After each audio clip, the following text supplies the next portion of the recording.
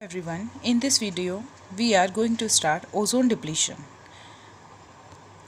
Ozone depletion के अलावा हम इस टॉपिक को आगे और कंटिन्यू करेंगे। Deforestation, El Nino and La Nina effect हम इसी वीडियो के अंदर कंप्लीट करेंगे। Now starting with ozone depletion. Ozone layer of shield in the stratosphere. तो अर्थ के ऊपर का जो स्ट्रेटोस्फेयर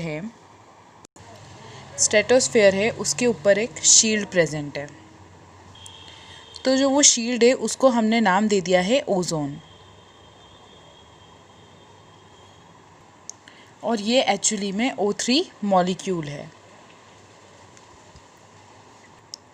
आपको पता होगा कि ये जो ओजोन है इसका जो काम है, जो हार्मफुल अल्ट्रावायलेट रेज जो हैं उनसे बचाने का है।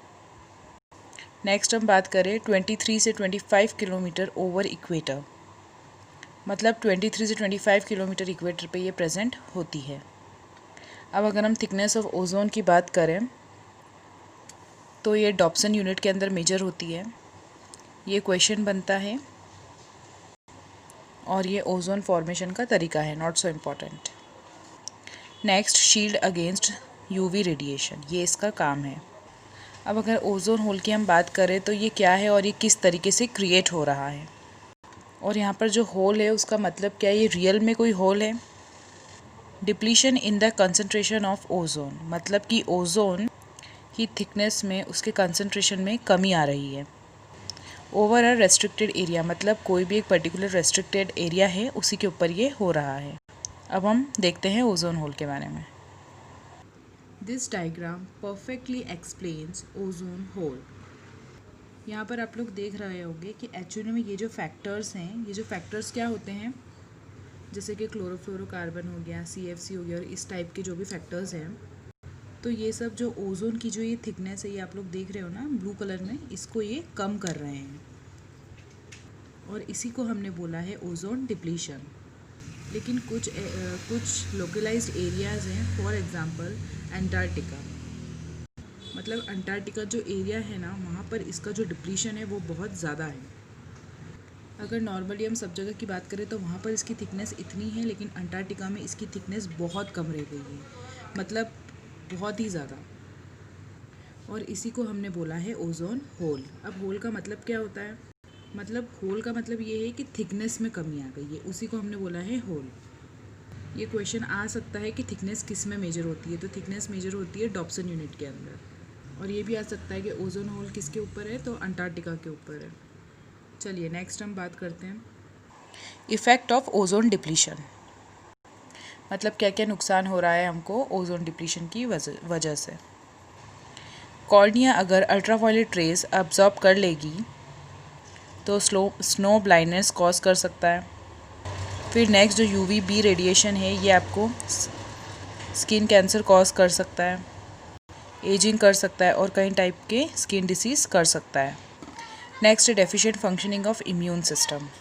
एक्चुअली में जो रेडिएशंस हमारी बॉडी के अंदर जाएंगी, हो सकता है वो सेल्स के अंदर म्यूटेशन कॉज कर दे, किसी भी तरह की कुछ भी प्रॉब्लम्स क्रिएट कर सकता है, इंक्लूडिंग इम्यून सिस्टम का जो फंक्शन है उसको भी ये रिड्यूस कर सकता है।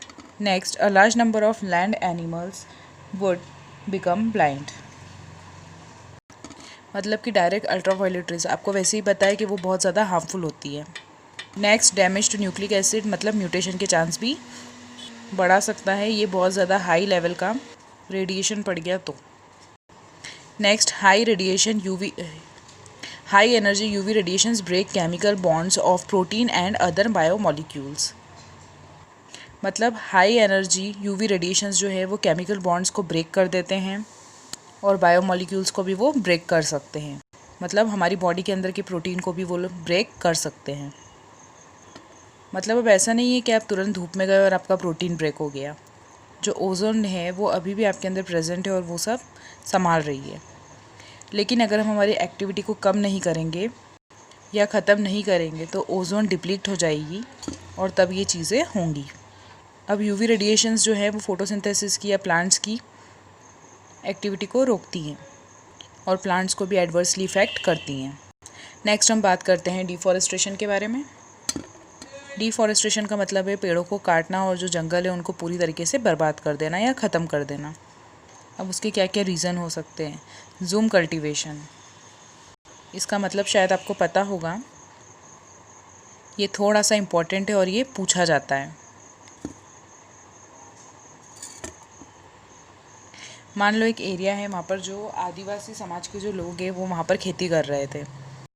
अब जैसे ये एक एरिया है, ठीक है, यहाँ पर उन लोगों ने खेती करी, ठीक है, तो अब यहाँ पर तो खेती हो चुकी है। अब उन्होंने क्या किया, दूसरी जगह पे उस खेती को माइग्रेट कर दिया। मतलब दूसरी जगह उन्होंने पेड़ काटे और पूरे में खेती करना चालू कर दिया। फिर अगले साल यहाँ से माइग्रेट करके दोबारा दूसरे साल यहाँ पर आ गए। तो कुल मिला के उन्होंने क्या करा कि पूरे जंगल को 2-3 साल के अंदर ही बर्बाद कर दिया। उसके बाद एग्रीकल्चर लैंड्स में यूज़ हो सकता है, मतलब हाइड्रो इलेक्ट्रिक प्रोजेक्ट के अंदर डिफॉरेस्टेशन जो है वो हाइड्रो इलेक्ट्रिक प्रोजेक्ट्स के लिए भी यूज़ होता है। जैसे कि फॉरेस्ट फायर, ठीक है, जैसे ऑस्ट्रेलिया में जो आग लगी वो देखी होगी आपने। उन्होंने मिलियंस ऑफ एनिमल्स की डेथ कॉज करी है उस जंगल में। फिर नेक्स्ट है ह्यूमन स्टैब्लिशमेंट, मतलब हम लोगों ने हमारे फ़ायदे के लिए भी डिफॉरेस्टेशन का बहुत ज़्यादा नुकसान करा है। मतलब डिफॉरेस्टेशन किया है, हमने जंगल काटे, हमने फर्नीचर्स बना रहे हैं उनका वुड यूज़ करके।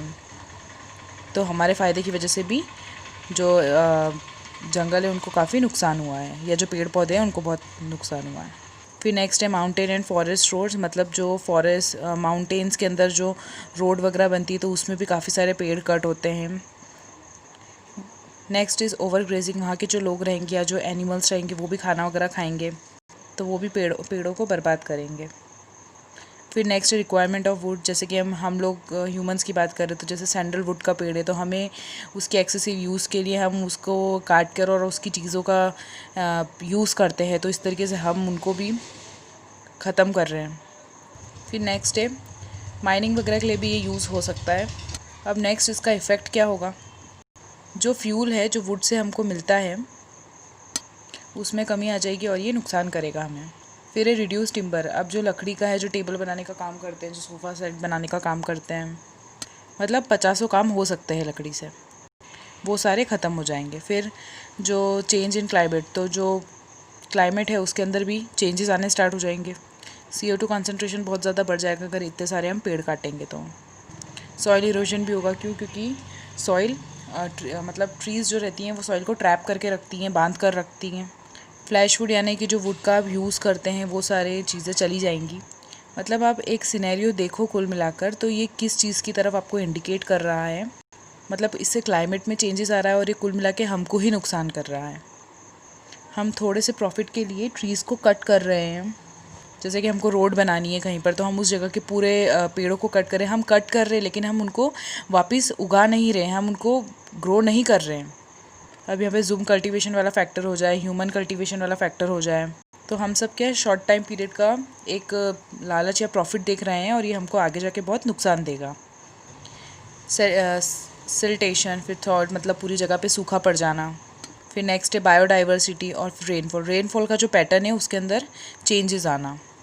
तो ऐसा है कि कुछ मतलब ऐसा नहीं कि कोशिश नहीं की गई है, बहुत सारे ऐसे बेस्ट एग्जांपल्स हैं जहाँ पर देखा गया है कि उन्होंने डिफॉरेस्टेशन को प्रिवेंट करने के लिए मरने के लिए भी तैयार हो गए हैं। फर्स्ट एग्जांपल है यहाँ पर बिश्नोई कम्युनिटी। ये कम्युनिटी बहुत ज़्यादा वेल नोन है राजस्थान के अंदर और ये बाकी जगह भी डिस्ट्रीब्यूटेड है। मतलब ये इन्वायरमेंट से प्यार इतना ज़्यादा करते हैं, मतलब ऐसा बोला गया था। नेक्स्ट है फिर चिपको मूवमेंट, मतलब राजा ने बोला था कि आप जाओ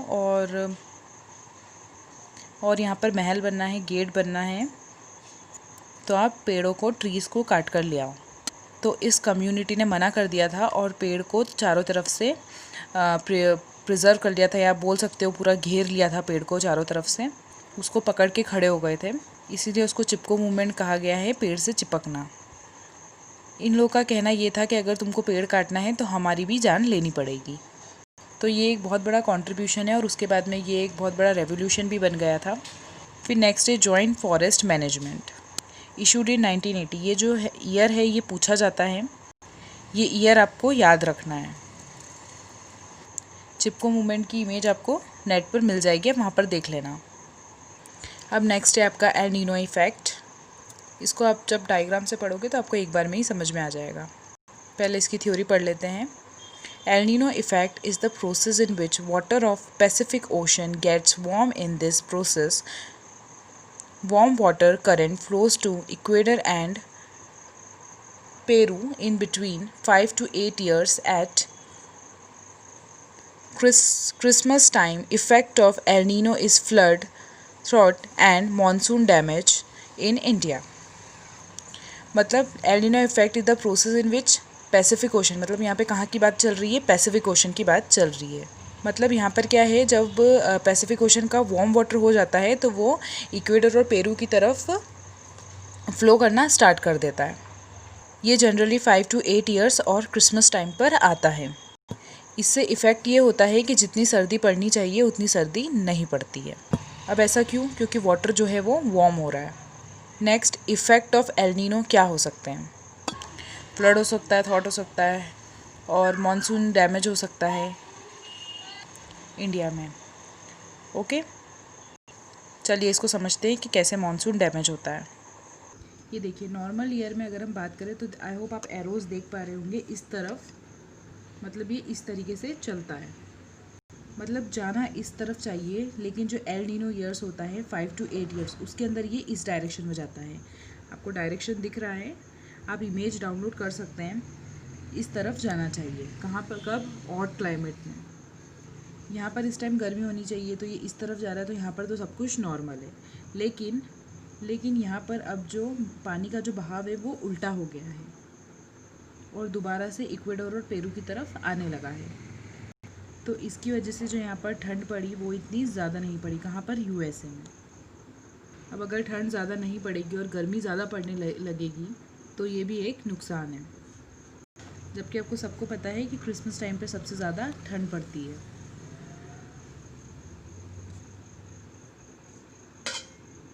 तो इसका मतलब ये है कि यहाँ पर जो ठंड है वो इतनी ज़्यादा नहीं होगा क्योंकि हॉट क्लाइमेट है और वहाँ का जो ग्लेशियर है वो पिघलना चालू हो जाएगा। प्लस अगर हम इंडिया की बात करें तो जब एक्सेसिव पानी यहाँ पर आएगा तो फिर फ्लड्स वगैरह आने के चांसेस है, जैसे केरला वगैरह में आपने देखा है। अब अगर हम ला नीना इफ़ेक्ट के बारे में बात करें तो ये जस्ट इसका उल्टा है। On the other hand, when cold water comes in effect in Pacific Ocean, it is called La Nina effect. तो यहाँ पे फ़र्क क्या आ रहा है? हॉट वाटर की जगह क्या आ रहा है यहाँ पर? Cold water. उसी को हम ला नीना इफेक्ट बोल देंगे और उसकी वजह से क्या होगा, तो क्या होगा कि ठंडी लेयर्स वहाँ से आना स्टार्ट हो जाएगी। इससे पहले क्या हो रहा था? वार्म एयर्स आ रही थी वहाँ पर, तो वो भी एक तरीके से हॉट क्लाइमेट चेंज का ही एक इंडिकेशन है।